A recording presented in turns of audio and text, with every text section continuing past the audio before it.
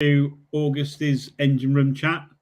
You've got me, Glenn from A Life Full of Meaning. You've got Dave from Narrowboat. No, that way. Dave from Narrowboat Changing Pace, and Jeff. And I'm going to say your channel now because it's Chili Jam Jeff, isn't it? On YouTube. He's actually done some videos. Soul can't be with it. Yeah, Soul can't be with us tonight from Barely Floating, so he's missing in action.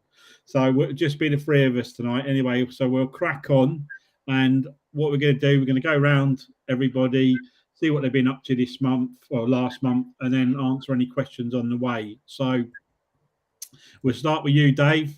What have you been up to since the 4th of July? Not a great deal, to tell you the truth. We did Orland flight about 2 week back in middle of that heat wave, that short heat wave that we had. That were interesting. And we moored up, and we've been here, there, and everywhere. So I haven't been up boat a lot, but we did a bit of boating today, day off work today. So we've done 10 locks today.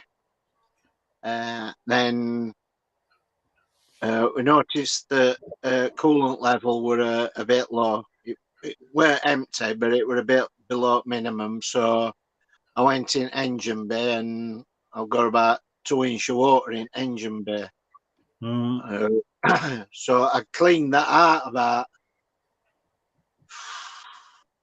before we did Orland flight, and mopped it all out, cleaned it all out, and me noticed that my stern gland were dripping tonight, really? And it stopped. So I got in on top of hot engine and just nipped the bolts up.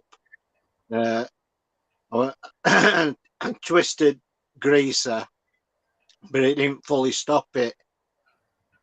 So I checked the nuts on the gland itself, and they weren't loose, but I nipped them up about 2 turns, and that stopped it. So, but what I've got to do is I've got to swap nuts, because they're just plain nuts and there's no spring washer.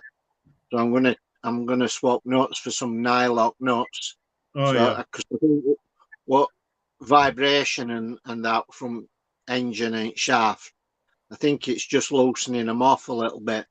So I'm going to put some nylock nuts on. Hopefully that'll cure that. Yeah, so I've got some mopping out to do. Yeah. But no, we haven't done a lot on boat. I looked at when Sol come down, Sol and Debbie came down. We've got a plan to try and sort boiler. I'm going to swap the radiators for fin rads. That should, in theory, reduce the amount of fluid in the system. So when it gets hot, it'll not boil the boiler over in the expansion tank. So yeah, got lots of work to do. Not enough time to do it. Yeah, that's that sounds about. We had locking nuts on our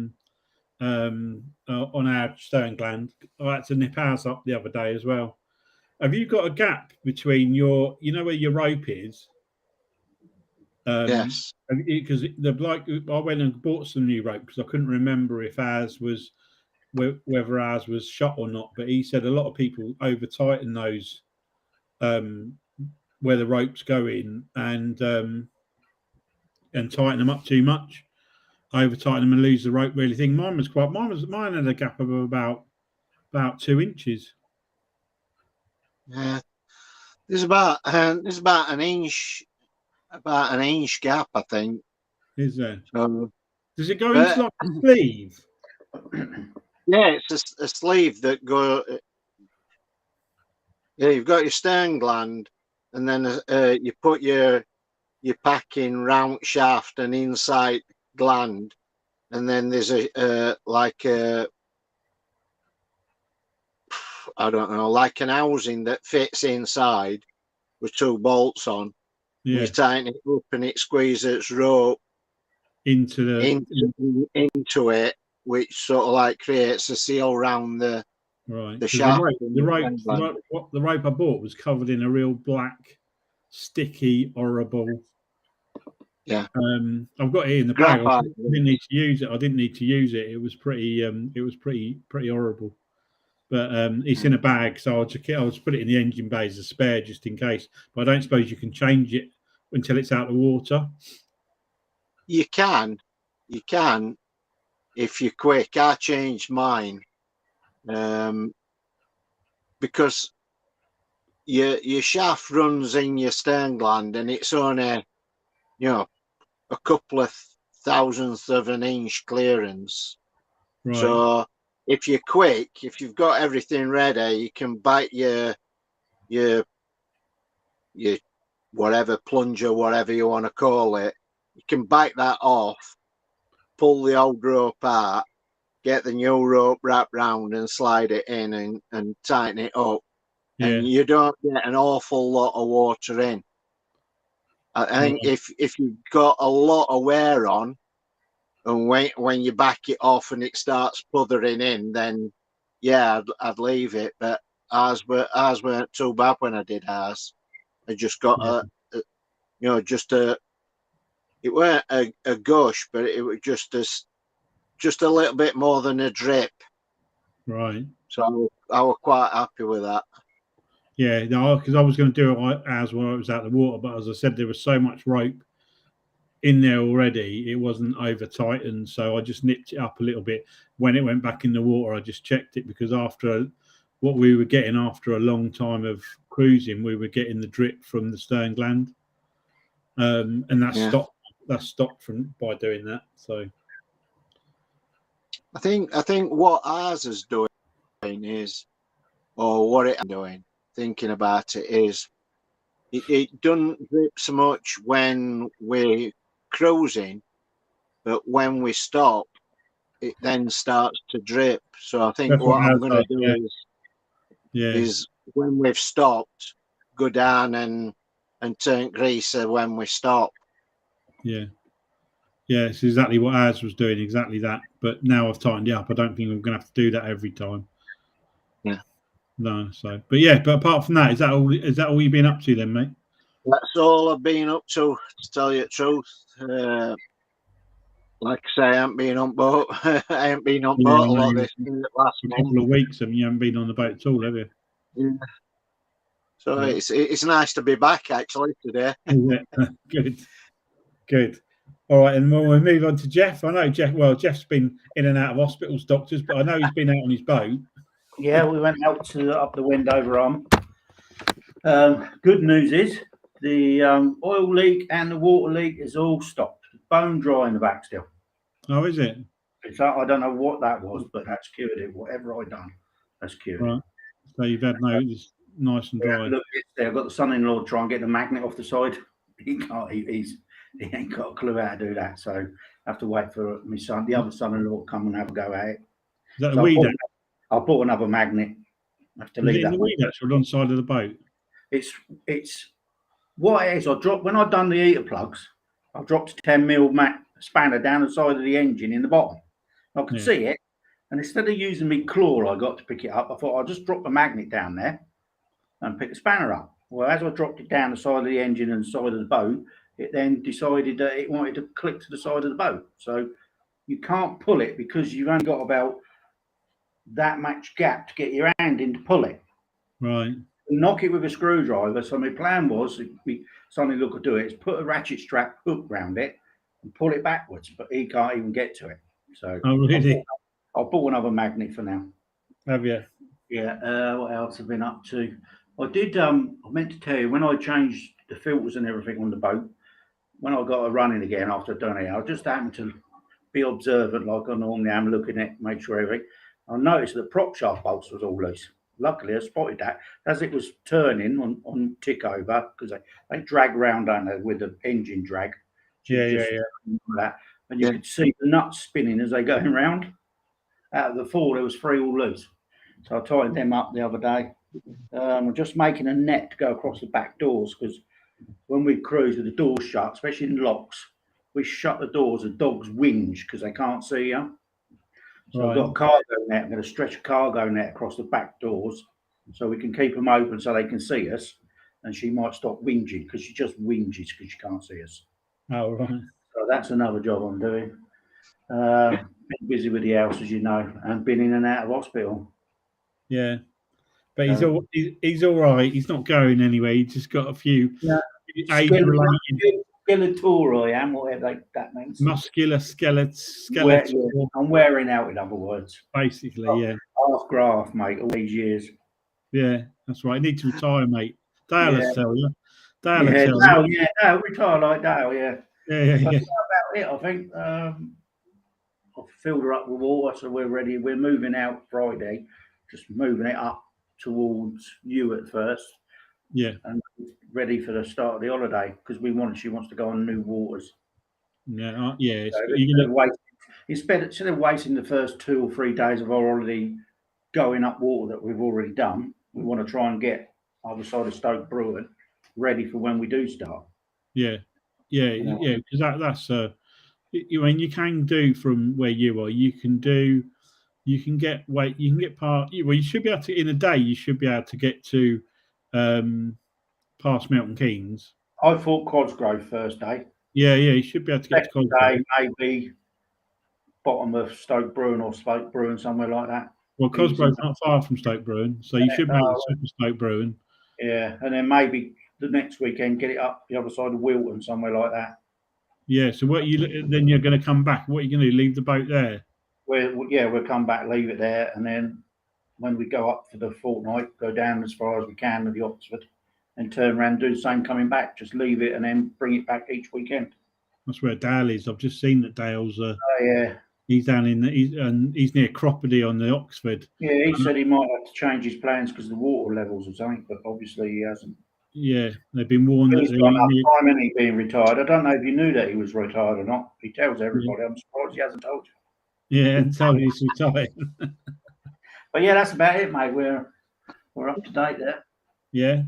Just filled her up with diesel. And I think you mentioned about being retired. Just filled her up because we went out. We've been out twice. We went down to the Globe, and we went up to Wendover Arm. Plus, I'd say that down to the Wendover Arm. What would you say that's up? Up to the Wendover Arm. Yeah. And a bag of coal. That was 61 quid. It was 15 quid for the bag of coal. So it weren't too bad. Enough. 15 quid for the bag of coal. Right. And then filled you up. And then the rest of it was 41 quid to fill her up. So that ain't bad. No. It might be getting a bit better now if that was a diesel leak, but I don't know what that was. But it's bone dry in there now. So yeah, you got to worry about that. So I might be able to paint it again now. Cool. So yeah, right. That's us. That's you done then. Okay. Well, and you've also nearly answered the question for the next round. But anyway, we'll come back to that anyway. Come back to that. So obviously our boat came out of the water on the 9th of July, which was just after the week after the engine room chat. We had the survey on the following Monday. So the results of the survey was there was a couple of things. I don't suppose it fails on them, but basically he came up with about 12 deep pits on the side. He also advised that we needed to put some midway slimline anodes on. He said that basically, even though it's a short boat, he said that really should have some on the side. It had some on the front, some on the back, which he said they were exhausted, but they're not completely exhausted. They were. One of them was a bit low, but the good thing about where we are, I can get it out of the water again and put some anodes on if I need to. The other thing that it, let's say, failed on was there was some rust in the gas locker, but I knew about that, and it's the bottom tray. And the only bit that I worried about is between the gas, because it's on the back of our boat, like a box that holds 2 cylinders, and between it was rusty down the bottom, and between the gas locker and the cabin, let's call it, it was down to like 2 mil because it's only 4 mil thick, so it's Ice cream. If it catches fire, that's all that's about. well, no, it's not. Apparently, it's to do with leaking, water leaking. It weren't Ooh. fire. He said to me it was nothing to do with fire. He said it was to do with if water got in there and it could penetrate we didn't do anything about it. It would be it might get 2 mils quite easily to get through, and if it rusted any more than it is now, it might penetrate it and it could sink it basically if it got in. If it got in there, because he said what he's seen before was because they're quite low from the water line. Those things. He said he found people that tie their boats over too much, sometimes to one side, and when they sleep on it overnight, sometimes the water can lap into the bottom of the gas Right. and then if there's issues, it's very unlikely it's going to happen. But so basically, I've got a bloke on where the boat is. He's a welder. He's going to make up a tray for it. He's going to make a template for a tray. And so I've got to treat the bottom of the gas locker, and he's going to make a tray with sides, like 2-inch sides all the way around. And he's going to drop that in and he's going to weld it for me. So that'll solve that issue. I've just got to treat it. And I did all the deep pits. I arc welded. I filled with weld. And then we actually gave it 4 coats of blistering black of bitumen. So, I mean, I know I also used Furtan rust treatment on it before I did that. So that was on there for 24 hours. It turns every bit of rust on the side turned black. Yeah. It just completely turned black. It was, and then so the next day I gave it its first coat. I must admit, I think at some point I want to get it up high so I can do the underneath. I know the bloke who did the survey said people, really and truthfully said I would up black underneath. He said because you do get things in the canal for getting the oxygen that can give you big deep pits on the bottom. It's only an 8 mil bottom as well. It's a livable boat hull and it's an 864. So he said there was a couple of pits on the edges of the bottom which were 2 mil, but he said they were within the tolerance, so that was fine. But he said it would be an idea to get them filled at some point, but obviously I couldn't do them because I only had foot. It was only a foot off the ground, so it was just it'd have to go up. It'd have to be craned out if I wanted to do the bottom. It'd have to be put up on on a. They tend to put them on like a when they're craned out. They have like a big stand, don't they? You can get right underneath it. It's much more easier. I mean, it could have done with a scrape off on the bottom of it because when I scraped it, you could scrape quite a lot off. It's only stuff like green algae and all that sticks to the bottom of it. But that's so. But I might pull it out later in the year to do the anodes. But seeing as it's been 6 years and that's the worst that's happened to it. With 4 coats of bitumen, it should be all right for a while. It came up all right. I mean, bitumen's, I think you said it last time. I think we were talking about it. Getting it off is a freaking nightmare. As soon as you put any sort of heat to it, it just gets messy. It just went everywhere. And I tried a wheel. I tried scraping it. I tried. I got one side came up better than the other. It was just easier. But then someone said to me, actually, Charlie, who came down and gave me a hand, he said that it's worth on the old stuff is using thinners or a heat gun and scraping. No, he said thinners waters it down, makes it go soft. Makes it go soft, and you can almost repaint it on. It's very messy, though. Again, it's going to be really messy and time consuming, I would have thought.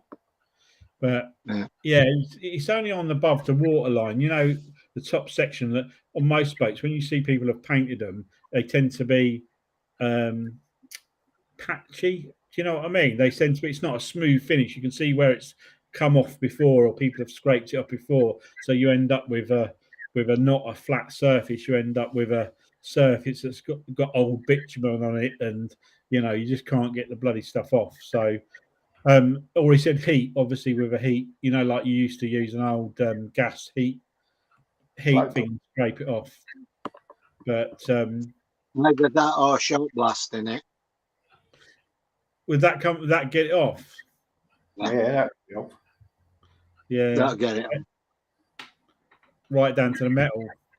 Yeah. Well, there's no heat involved in that, so it just don't get messy. It just blasts it off.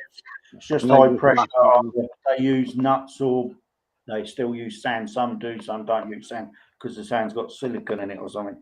So you Yeah, nuts. that's organic, isn't it? Yeah, that gets straight back. Yeah. So that's that.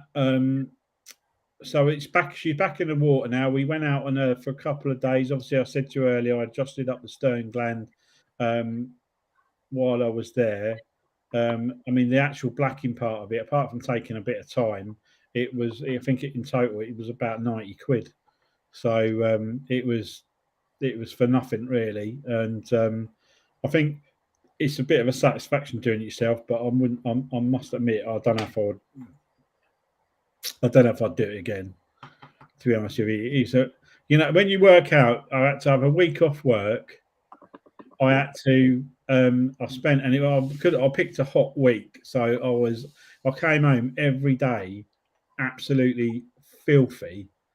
Literally, you'd stand in the shower and it'd be black in the bottom of the in the thing. So yeah, I'm not sure I'll rush to do it again. Put it that way. We'll see. I mean, once you've done it once properly, I suppose once you know how you've done it, but easier just to take it out and slap a couple of coats on it.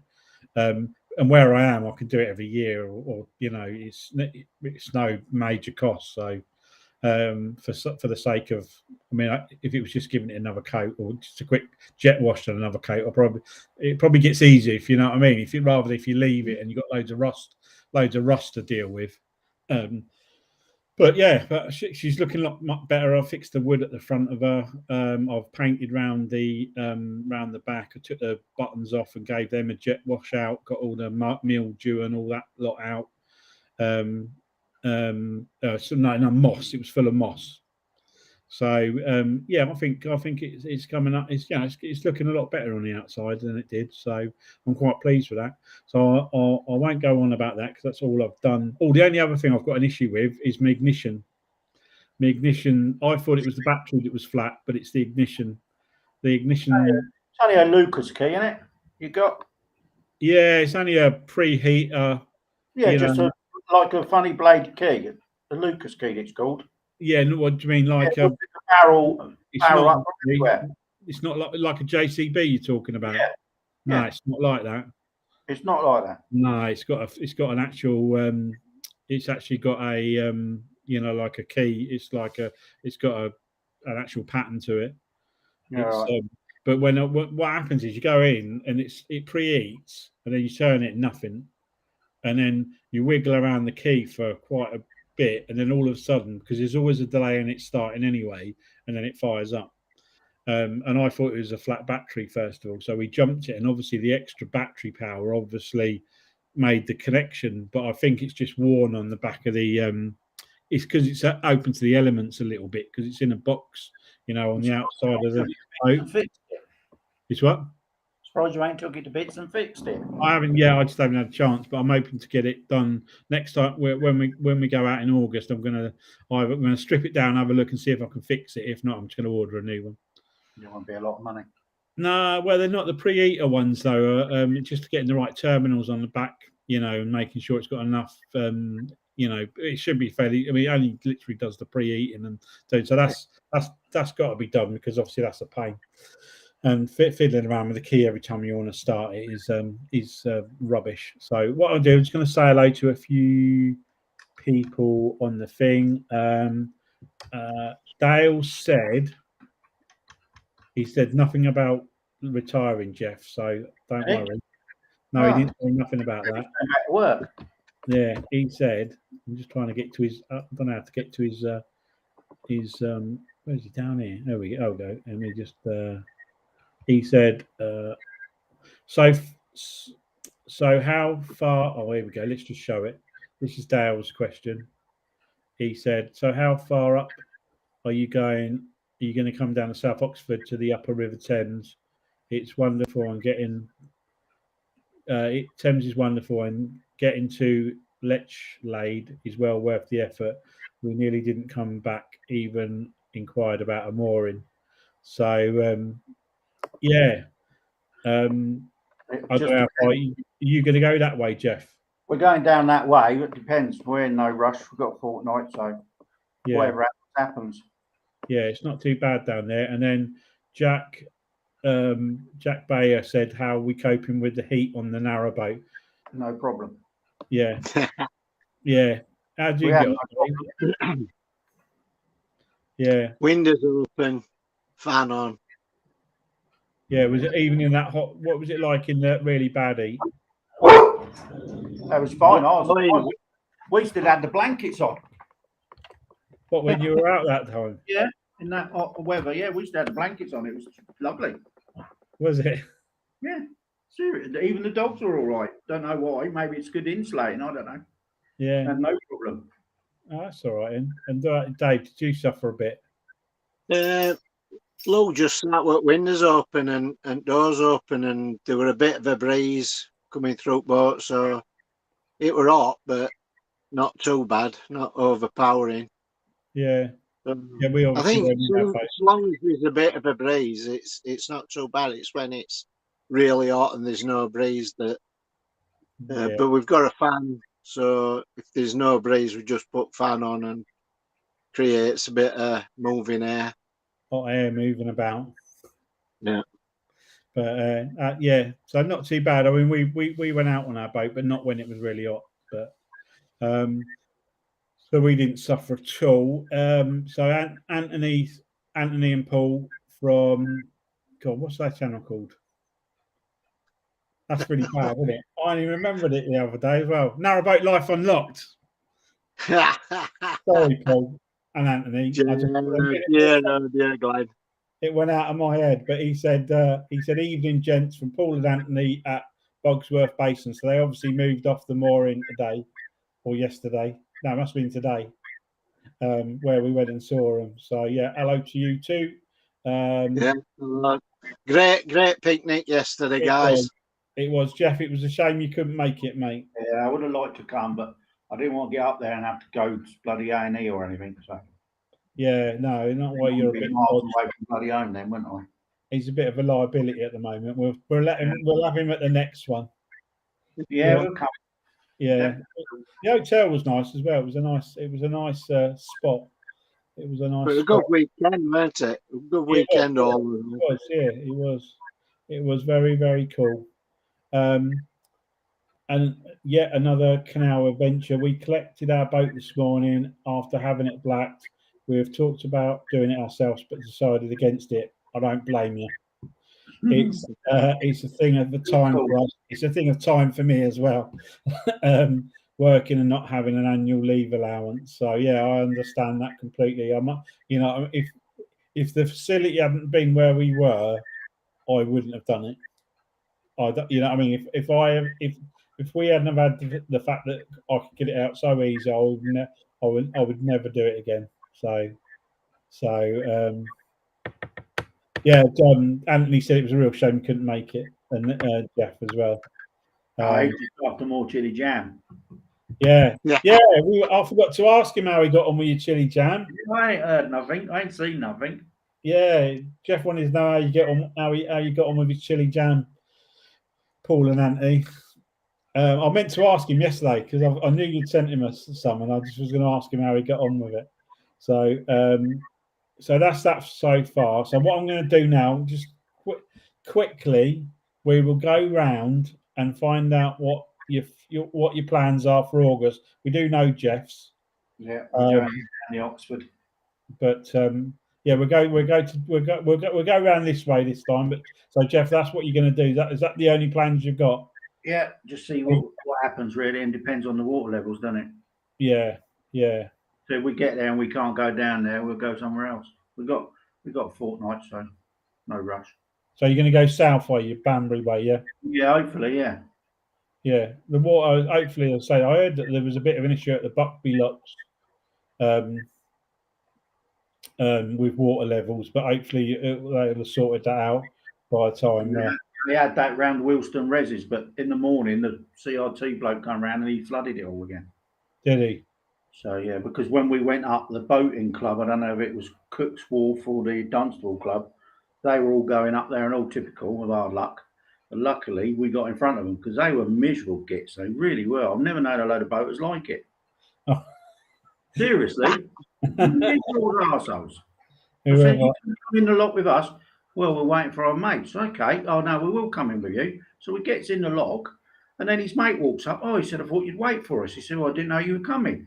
He said, well, let them go on their own, and we can go together. And I'm thinking, oh, poor old Sally, you've got a crew with you. Right, you visual gits.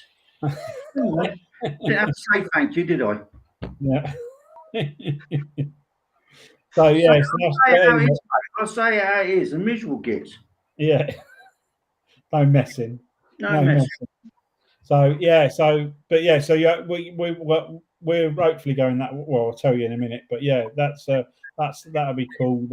I think you'll enjoy it down that way. As long as the water level's all right, it's nice down there. Dogs will love that bit down there. Yeah, that's the main thing. The dogs will love it. Yeah. So I just saw that someone said that the water at Stoke Brougham's flowing over the gates. They're quite lucky at Stoke Brougham because they've got that pump. They pump a lot of the water out of the bottom pound, which is massive, and they pump it back up to the top. So they do shut it. I mean, we've been down that at Stoke Brougham before where they actually do close it at 4 o'clock sometimes in the summer to stop, give it a chance to pump it back up. Yeah. But it's a massive pump house at the bottom of that one. And it goes straight to the top of the flight. So it just pumps the water back up. So I'm sure we'll be so that's what Jeff's up to. Dave, what are you up to this? Where are you off to? We're heading down south, hopefully, but with a detour into Birmingham. We want to do catch one of the Silver Propeller Challenge places that we missed last year when we did Birmingham, up to Norton Keynes. So we had a look earlier to see if there were any stoppages, and there don't seem to be any stoppages. So I think we're about 10 hours travel time from Bomber Wolverhampton flight. So depending on how we feel and on what it's like on here, we'll get there when we get there. So how far south are you thinking of going? All the way down to Kennet and Avon. Okay, yeah, right. So right down to what, through, did you say on the Grand Union or? It depends, because there's a couple of Silver Propeller Challenge places on way down, but so I think we sort of like go down, loop back up, and go to another and loop back over. So we sort of like backtrack ourselves, but we haven't got any solid plans which way we're going yet, and it all depends on stoppages down there.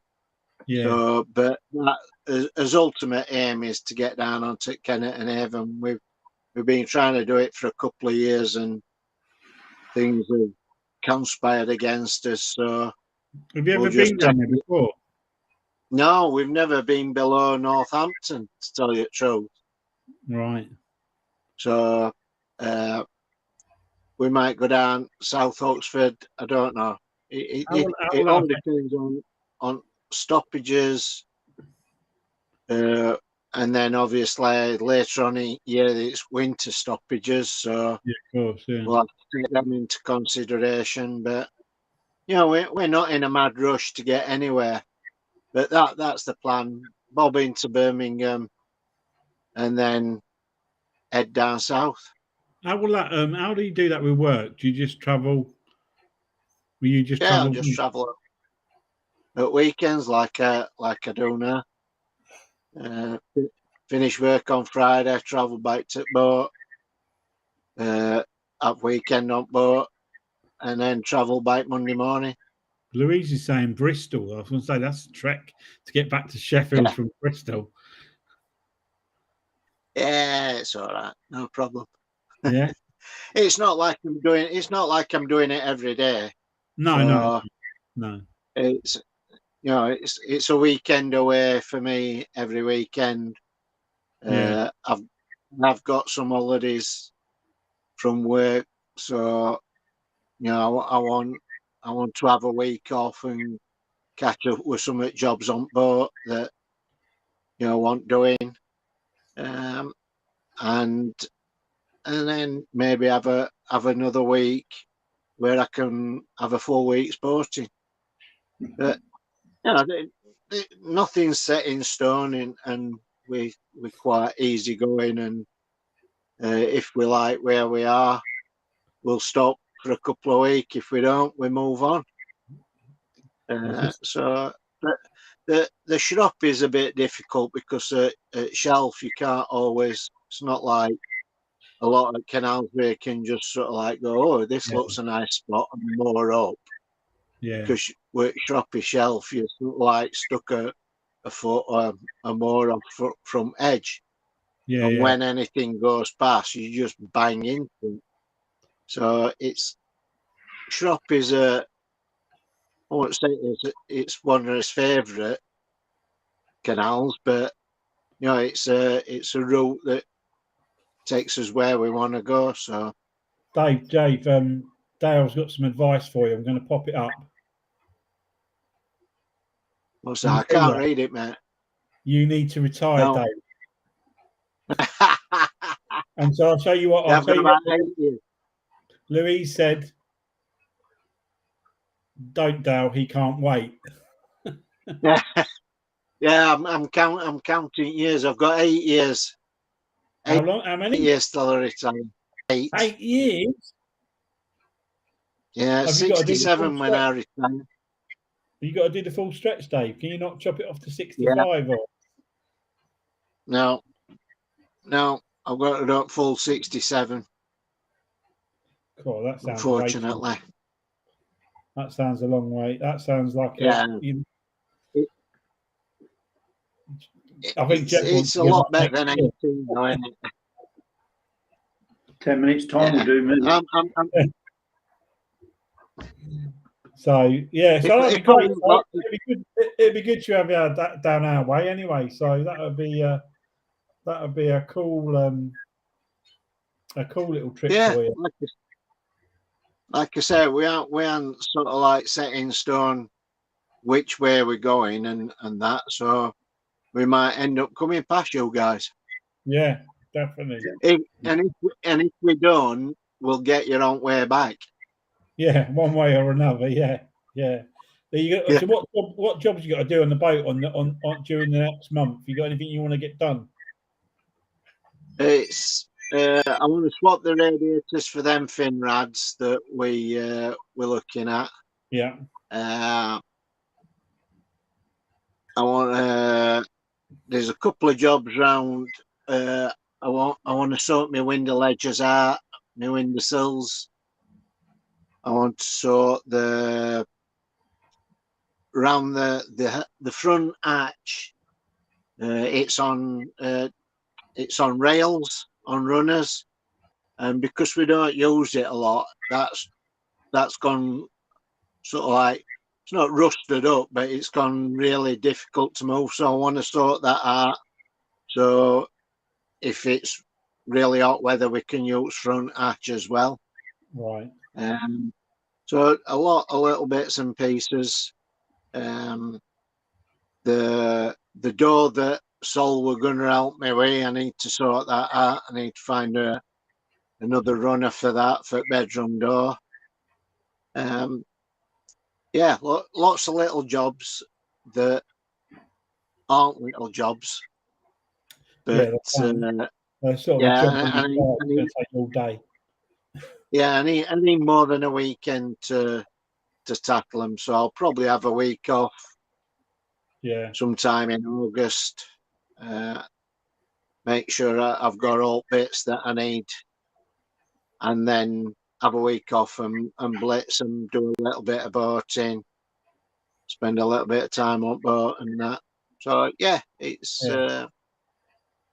it'll be nice to spend a bit of It'll be interesting a week to see how everyone's got on in September's. I can't believe it's going to be a September already.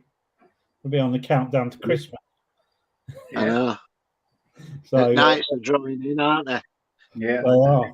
Yeah.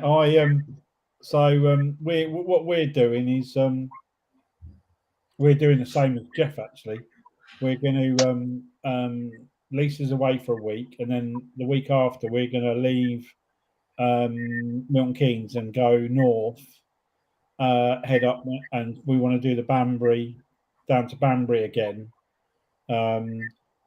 because we did it in Nutshell last time, and it was busy and it was hard to moor and all the rest of it. And obviously in the little boat, it's going to be a lot easier to tuck in to places where we couldn't stop last time.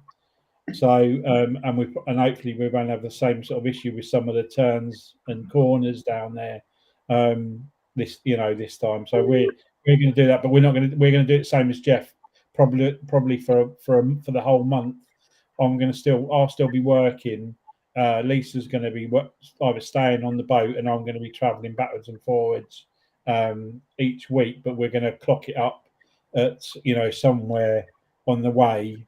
If we both need to leave it for any length of time, we're going to drop it into a marina, just on a visit and mooring, and then come back for a bit. But so it just means, we, like Jeff said, we ain't got to keep coming back.